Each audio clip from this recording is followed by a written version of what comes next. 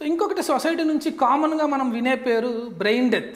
అసలు brain death అంటే ఏంటి, ఎందుకని బ్రెయిన్ డెత్ గురించి ఇన్ని అపోహలు మనకి సొసైటీలో నడుస్తున్నాయనేది చూద్దాం.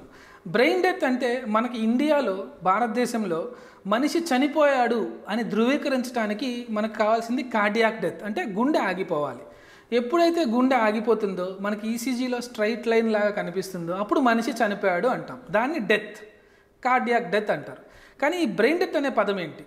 బ్రెయిన్ డెత్ అంటే ఏంటంటే మనందరికీ కూడా బ్రెయిన్ లోపల యాక్టివిటీ, అంటే కరెంట్ యాక్టివిటీ జనరేట్ చేస్తూ ఉంటుంది, ఎలక్ట్రికల్ యాక్టివిటీ. సో ఇది ఇలా జనరేట్ చేసేటప్పుడు బ్రెయిన్ని మనం ఫంక్షనింగ్ బ్రెయిన్ అంటాం.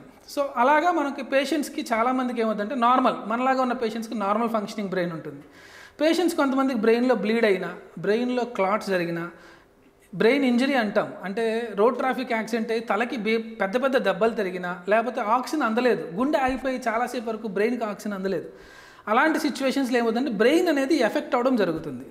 ఈ బ్రెయిన్ ఎఫెక్ట్ అనేది 100% మొత్తం టోటల్ బ్రెయిన్ మొత్తం కంప్లీట్గా ఎఫెక్ట్ అయిపోయి, బ్రెయిన్ నుంచి కొంచెం కూడా ఎలక్ట్రికల్ యాక్టివిటీ లేకపోతే, అంటే గుండెకి ఈసీజీలో స్ట్రైట్ లైన్ ఎలా కనిపిస్తుందో అలాగే బ్రెయిన్కి మేము ఈఈజీ అని తీస్తాం, ఈఈజీ, అందులో గ్రేడ్ 4 అంటారండి. అలా ఉంటే కనుక అప్పుడు అసలు యాక్టివిటీ లేదు బ్రెయిన్లో, అంటే 100% టోటల్ బ్రెయిన్లో ఉన్నటువంటి అన్ని పార్ట్స్లోనూ యాక్టివిటీ లేదు అంటే అప్పుడు మనం పేషెంట్ని బ్రెయిన్ డెత్ అంటాం.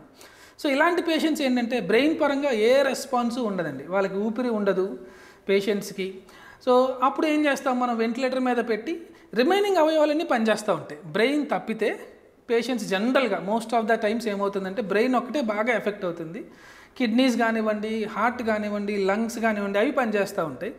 ఊపిరి తీసుకోవడం ఉండదు కాబట్టి మనం మెషిన్స్ ద్వారా కృత్రిమంగా ఇస్తూ ఉంటాం. బీపీ అంటే మన ఒంట్లో ఉన్నటువంటి బ్లడ్ ప్రెషర్ మెయింటైన్ చేసుకోలేరు brain dead patients. So brain death అంటే బ్రెయిన్ పని చేయకపోవడం, బ్రెయిన్ పూర్తిగా పని చేయకపోవడాన్ని మనం బ్రెయిన్ డెత్ అంటాము. ఈ బ్రెయిన్ డెత్ అనేది కామన్గా అందరం వాడేస్తున్నాం, కానీ ఇది ఎందుకు కామన్గా వాడే టర్మ్ కాదండి. ఒక బ్రెయిన్ డెత్ అనే ఒక పేషెంట్ నేను బ్రెయిన్ డెత్ అని చెప్పాలి అంటే ఇద్దరు న్యూరాలజిస్టులు రిపోర్ట్లన్నీ చూడాల్సి వస్తుంది. యాప్నియా టెస్టింగ్ అంటాం. ఈ యాప్నియా టెస్ట్ అనేది పాజిటివ్ వస్తే అప్పుడే మనం పేషెంట్ని బ్రెయిన్ డెత్ అని చెప్పగలం. ఈ టెస్ట్లన్నీ చేయకుండా బ్రెయిన్ డెత్ అనేది మనం చెప్పలేమన్నమాట. క్లినికల్గా డాక్టర్ చూసి బ్రెయిన్ డెత్ లాగా ఉన్నాడని చెప్పొచ్చు, కానీ ఖచ్చితంగా బ్రెయిన్ డెత్ అయ్యాడు అంటే మనకి డాక్యుమెంటేషన్ కంపల్సరీ. ఇద్దరు న్యూరాలజిస్టులు చూడాల్సి వస్తుంది. ఈ యాప్నియా టెస్టింగ్ అనేది జరిగినాకే మనం బ్రెయిన్ డెత్ అని చెప్పగలం. ఆ తర్వాత మనం ఏం చేయొచ్చు, బ్రెయిన్ డెత్ అయిన తర్వాత మనిషిని మనం ఏం చేయొచ్చు, మనిషిని మనం ఇంటికి తీసుకెళ్ళిపోవడమా, వైద్యం కంటిన్యూ చేయాలా వద్దా అనేది పూర్తిగా ఫ్యామిలీ మీద డిపెండ్ అయి ఉంటుంది.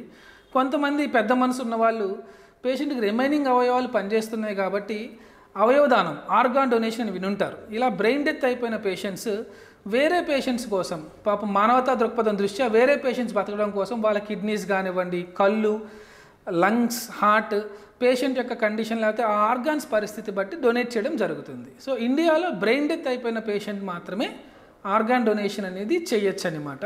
అంటే అవయవం బట్టి డిపెండ్ అయి ఉంటుంది. కిడ్నీస్ లైవ్ పేషెంట్స్ కూడా, అంటే నాలాంటి వాళ్ళు కూడా కిడ్నీస్ డొనేట్ చేయడం జరుగుతుంది. కొన్ని కండిషన్స్, కొన్ని హార్ట్ కానీ లంగ్ కానీ ఇలాంటివన్నీ బ్రెయిన్ డెత్ అయిన పేషెంట్స్ మాత్రమే చేయగలరు. సో ఇది బ్రెయిన్ డెత్ అంటే. సో కన్ఫ్యూజ్ అవ్వకండి, బ్రెయిన్ డెత్ మనిషి పూర్తిగా డెత్ అవ్వడం అనేది ఒకటి కాదు.